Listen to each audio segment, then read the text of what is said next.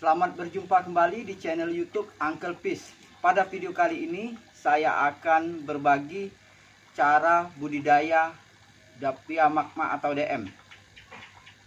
Sebelumnya mungkin masih banyak yang belum tahu apa itu DM. Banyak yang bilang DM itu kutu air raksasa. Ini endeminya bukan asli Indonesia tapi dari luar. Nah, ini saya perlihatkan dulu DM-nya. Ini kita ambil DM. Ini bayi-bayi DM.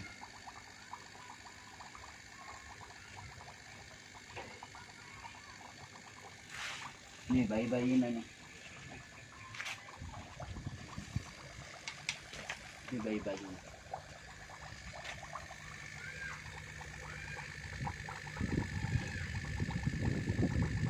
Nah, itu DM-nya yang besar. Ini saya share.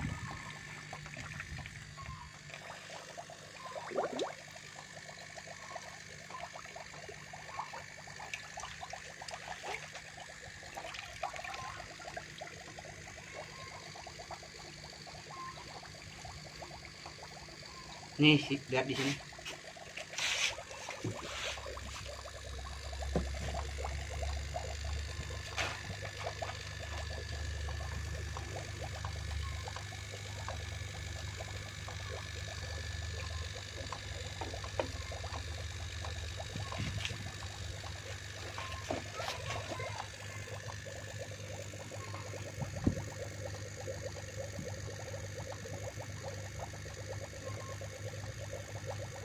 Dalam budidaya DM, hal-hal yang perlu kita ketahui itu bagaimana DM itu hidup. DM itu hidup di pH ideal 6,4 sampai 8,5. Terus bagaimana DM itu bisa bertahan dan berkembang. Untuk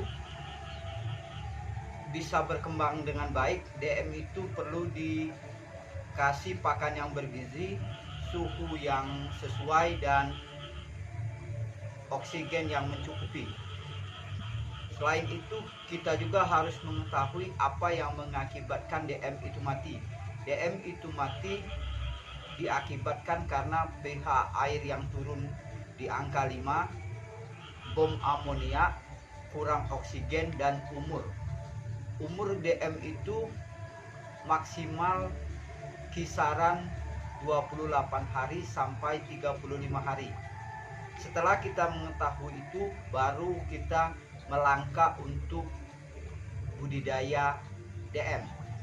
Pertama-tama kita siapkan media. Medianya bisa yang luas dan bisa yang kecil. Cuma untuk media yang luas, air lebih terjaga kualitasnya, dan kita isi air bisa air apa saja, yang penting airnya berkualitas, pH-nya sesuai. Di sini saya memakai air hujan. Untuk yang memakai air bekas siponan ikan, sebaiknya disaring dulu supaya tidak terlalu banyak ampas. Ketinggian air dikira-kira aja atau bebas. Kalau saya ketinggian airnya segini. Nih.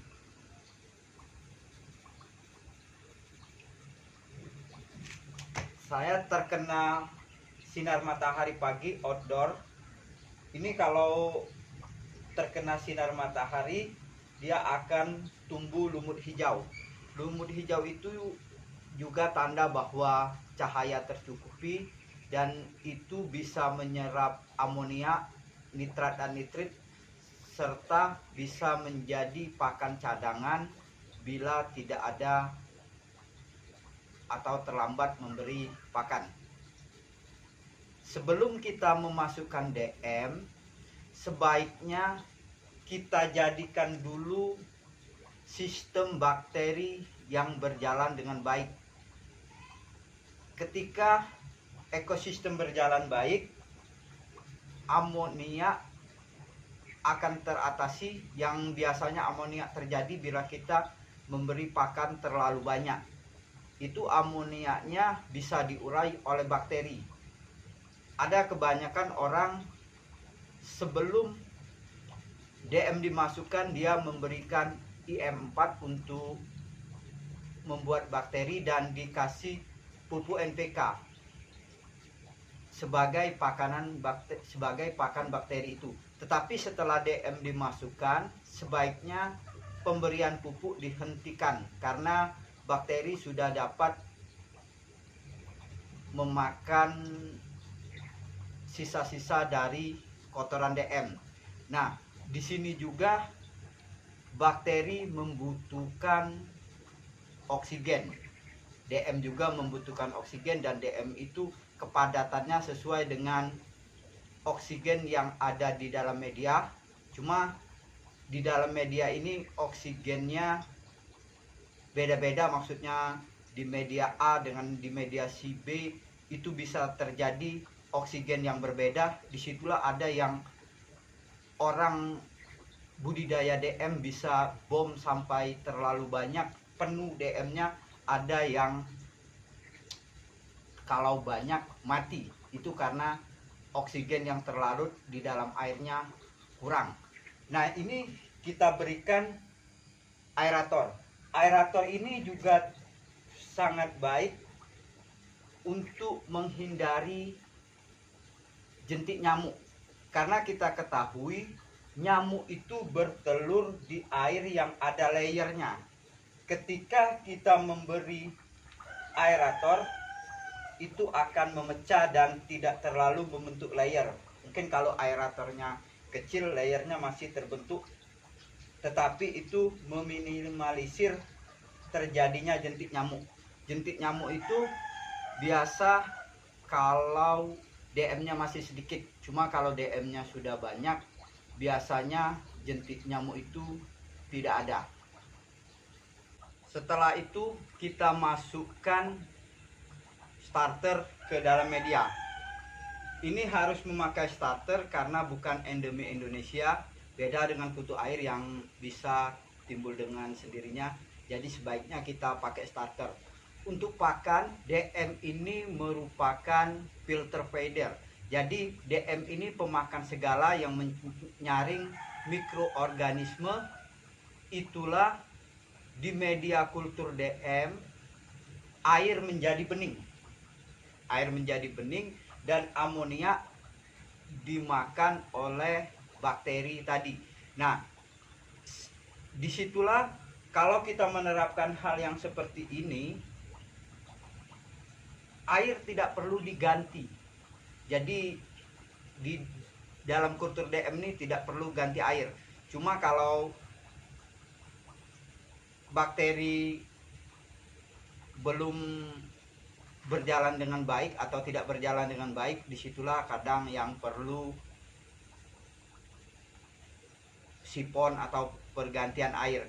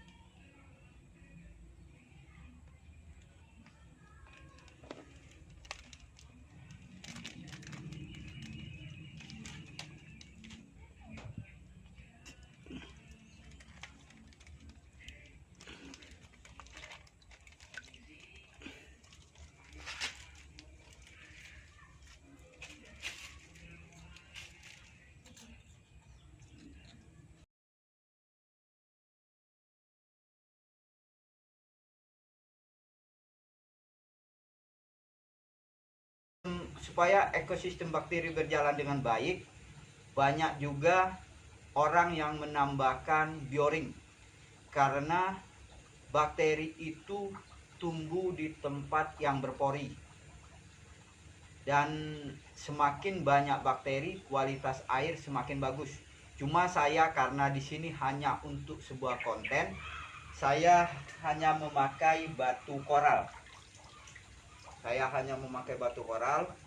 Ada juga orang yang secara profesional dalam budidaya DM menambahkan karang jahe, karena karang jahe juga bagus untuk kestabilan pH. Nah, kembali ke masalah pakan. Pakan DM itu bisa bekas air siponan ikan, bekas cucian beras, air hijau, pelet pengli, dan banyak. Cuma dari segala macam pakan itu sebaiknya jangan ada fermentasi di dalam media, karena fermentasi itu akan menghasilkan asam dan bisa mengakibatkan pH turun. Di saat pH turun 5, DM bisa berakibat mati. Selain itu, untuk berkembang biak dengan baik, DM itu memerlukan vitamin, kalsium, dan asam amino. Kalsium itu dibutuhkan DM karena DM ini merupakan udang-udangan yang ada cangkangnya. Sedangkan asam amino itu dibutuhkan untuk sistem reproduksi. Tetapi kalau saya memakai pelet yang memang dibuat untuk DM. Jadi ini saya memakai pelet pabrikan. Ini saya biasa memberinya langsung, karena pelet ini larut di dalam air. Nah, cuma seperti ini aja saya kasih. Saya percaya karena pelet ini pabrik membuatnya memang khusus untuk pakan DM. Kalau pakan yang berfermentasi, kadang di dinding DM ini suka ada lendir-lendirnya. Nah, itu bisa membuat anak DM yang tenaganya masih kecil bisa tersangkut dan bisa mati. Di sini jadi kalau yang ada fermentasi itu harus kita sering gosok supaya lendir-lendir itu hilang. Nah, setelah kita berikan pakan yang bergizi, DM ini akan berkembang biak dengan baik. Nah, dalam perkembangbiakan DM ini dia membutuhkan suhu kisaran 18 derajat sampai 25-26 derajat. Itu pH ideal yang DM berkembang biaknya dengan pesat. Cuma itu ada toleransi.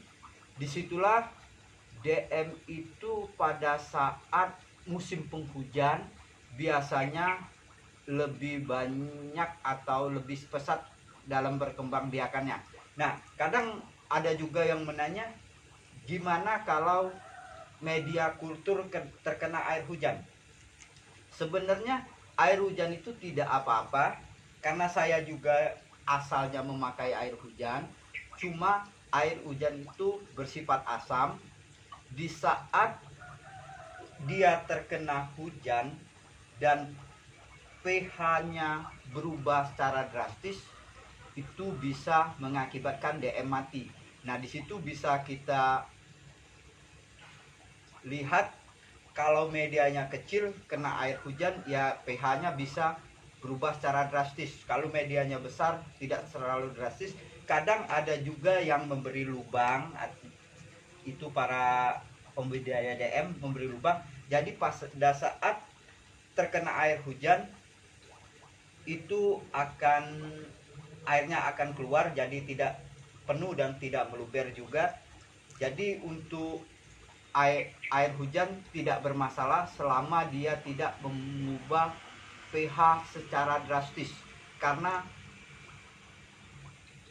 air yang berkualitas itu butuhnya kestabilan, karena syarat dari kualitas air yang bagus itu kestabilan. Kestabilan itu tidak merubah secara drastis, baik suhu, pH, dan segala macam, sesuai dengan toleransi apa yang kita kultur.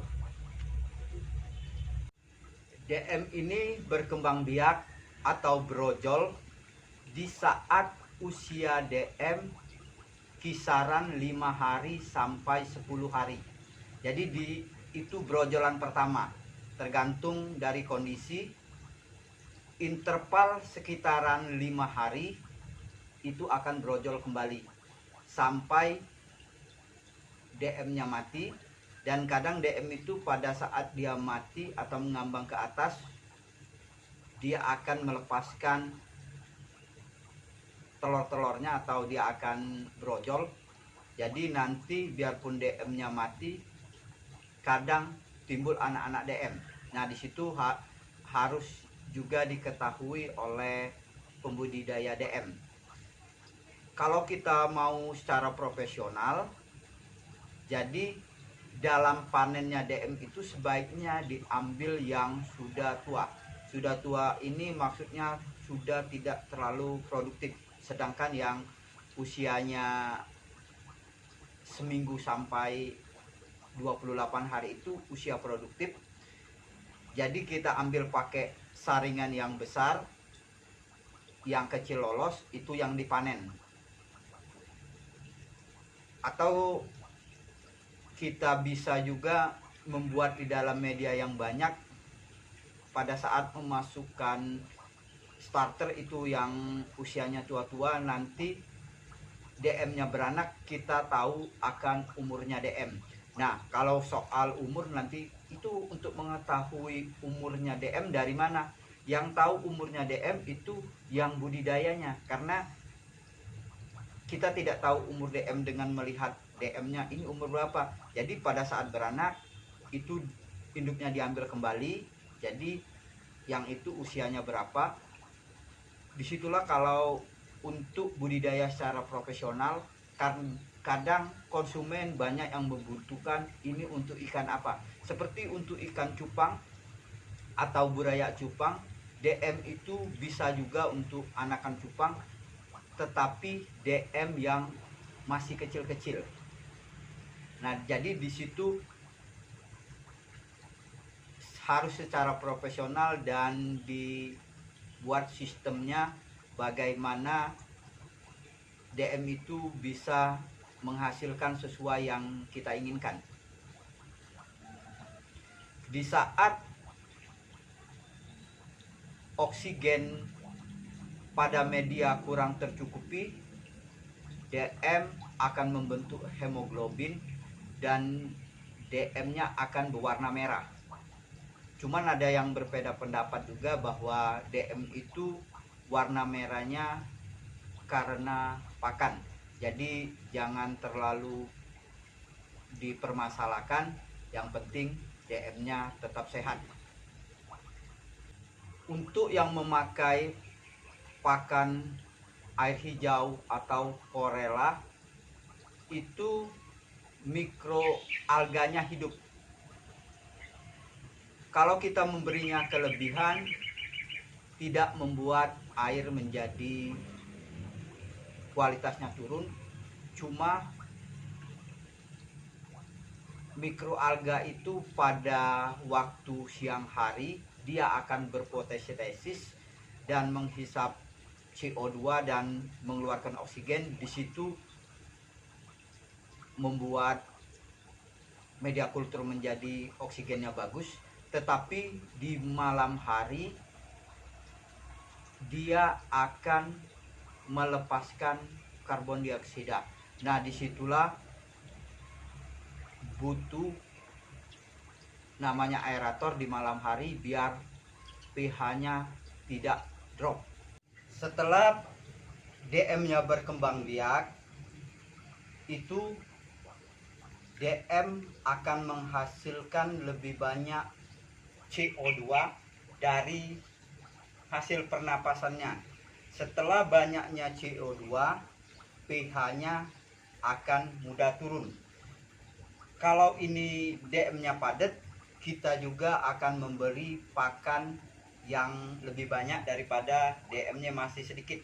Nah, di saat kita memberi pakan terlalu banyak, amonia lebih mudah terbentuk. Jadi pakan banyak itu amonia lebih mudah terbentuk, dan ketika amonia banyak, bakteri mudah berkembang. Di saat bakteri berkembang, oksigen di dalam air juga menjadi sedikit karena bakteri juga membutuhkan oksigen, dan semakin banyak CO2 di dalam air. Semakin banyak CO2 tadi, kembali pH-nya menjadi turun. Di saat suasana seperti ini, DM tidak berkembang biak secara maksimal. Disitulah ketika DM-nya sudah terlampau padat, DM-nya diserok atau dipanen, karena dia kalau sudah terlampau padat bisa mengakibatkan DM-nya mati massal, tapi sesuai dengan oksigen yang ada di dalam air ini.